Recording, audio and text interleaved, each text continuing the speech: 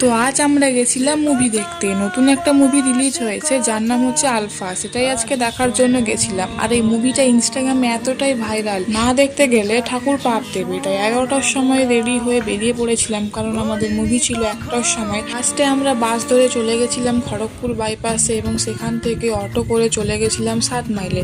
কারণ আমরা যে সিনেমা হলে সিনেমা দেখবো সেটা ছিল 7 মাইলে প্রফুল্ল সিনেমা হল।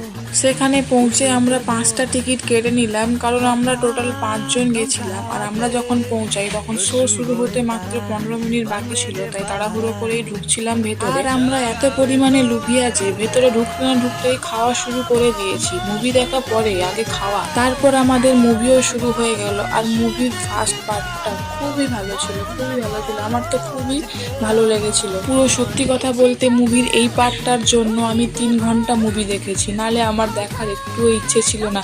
বাট মুভিটা ভালোই ছিল, ক্লাইম্যাক্সের ওপর ক্লাইম্যাক্স ছিল, বেশ ইন্টারেস্টিং ছিল। তোমরা কারা কারা আলফা মুভি দেখেছো কমেন্ট করে জান। আজকের ভিডিওটা এই পর্যন্ত। ভালো লাগলে একটা লাইক করে দিও। টাটা।